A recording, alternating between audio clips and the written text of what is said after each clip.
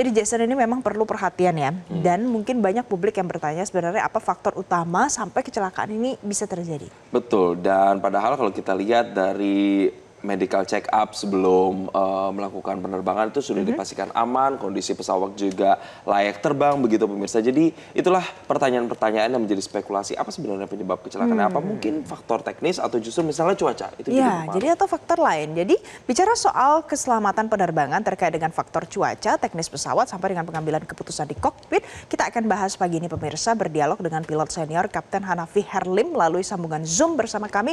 Mas Hanafi, Pak Hanafi selamat pagi. Selamat pagi, Mbak dan Mas. Oke, Kapten Hanafi, jadi saya mau tanya, jadi kalau dari sudut pandang seorang pilot senior, apa faktor sebenarnya yang paling krusial itu bisa memicu terjadi kecelakaan pesawat? Sebelumnya, terima kasih atas undangannya, dan saya dengan hati yang paling dalam ingin menyampaikan bela sungkawa yang sedalam-dalamnya kepada keluarga korban, dan kita masih berharap tim Basarnas bisa menemukan semua yang terdampak dengan kecelakaan ini, dan mukjizat pun masih kita harapkan, siapa tahu masih ada yang hidup. Jadi sekali lagi saya atas nama pribadi menyampaikan bela sungkawa yang sedalam-dalamnya. Baik, mengenai kecelakaan seperti ini, memang faktor cuaca menjadi faktor pendukung terjadinya kecelakaan. Kalau cuacanya bagus, tentunya hal seperti ini tidak diinginkan bisa terjadi. Seperti apa kejadiannya, kita pun masih menunggu dari tim KNKT sebelum bisa mendapatkan black box-nya seperti apa, dan tentang ELT ataupun itu sudah ditemukan. Lalu masih ada CVR dan FDR yang perlu dibuka juga untuk didengarkan.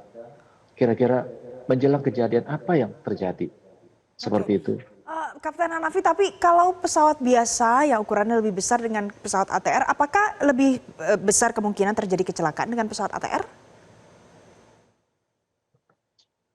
Kalau kita lihat dari segi kecelakaan, baik pesawat kecil, medium maupun besar, potensi terjadi kecelakaan itu bisa saja terjadi. Dan kalau dilihat dari cuacanya, memang sangat buruk sekali seperti sekarang ini, jarak pandang katanya 1-3 meter. Jadi dari tim evakuasi juga sangat sulit untuk bisa menemukan korban-korban yang terdampak. Jadi tidak bisa juga kita salahkan atau sebutkan bahwa pesawat kecil itu rawan, pesawat besar juga pesawat besar itu bisa aman. Semuanya hal-hal seperti ini mungkin saja bisa, dan kita harapkan tidak akan pernah terjadi lagi hal-hal seperti ini.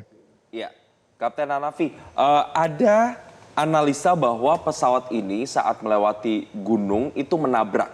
Nah, kalau menabrak seperti ini, berarti kesalahannya ada di mana? Apakah ada miskomunikasi misalnya antara pilot dengan pihak yang mengatur dari pusat, atau seperti apa? Atau memang ini pure masalah teknis atau justru human error-nya, Pak, kalau sampai menabrak gunung?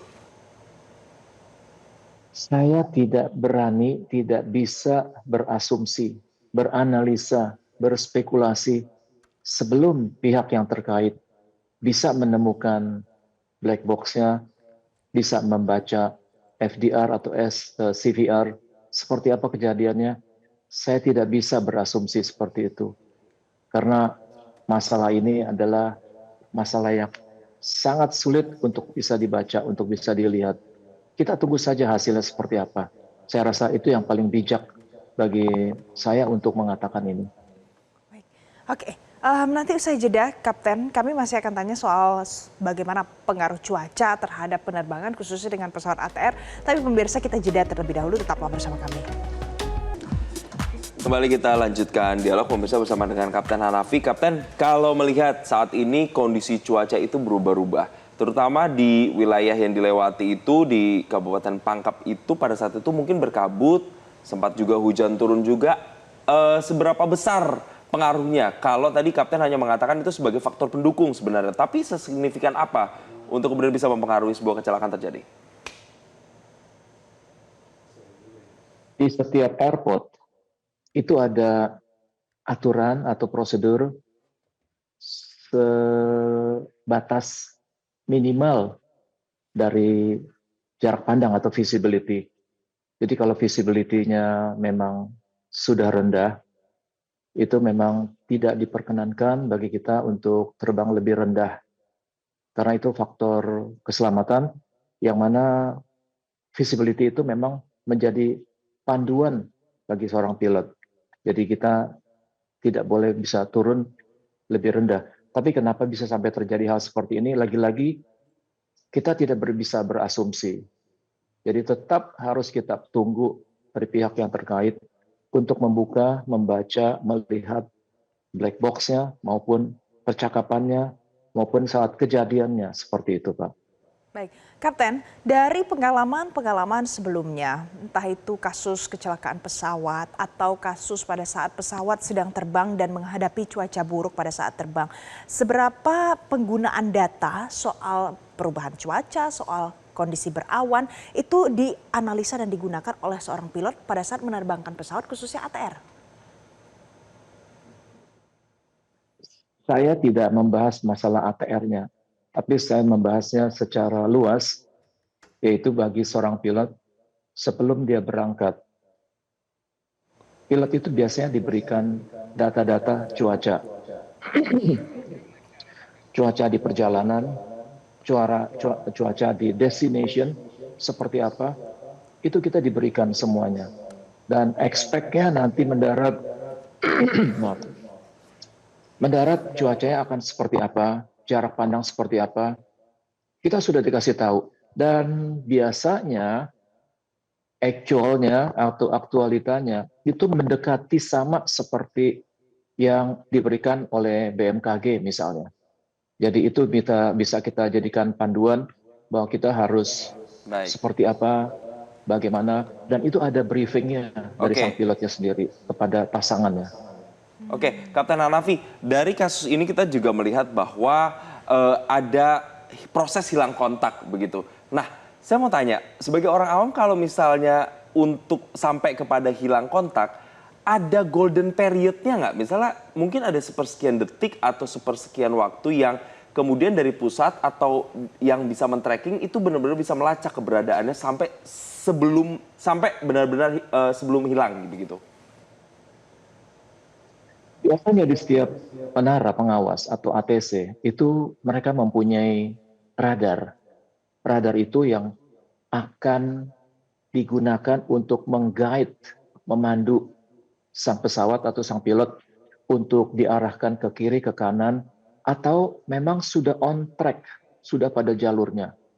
Jadi kalau misalnya keluar dari jalur, sang ATC atau sang menara pengawas itu akan memberikan advice supaya belok ke kiri atau belok ke kanan, dan itu akan dipandu seperti itu.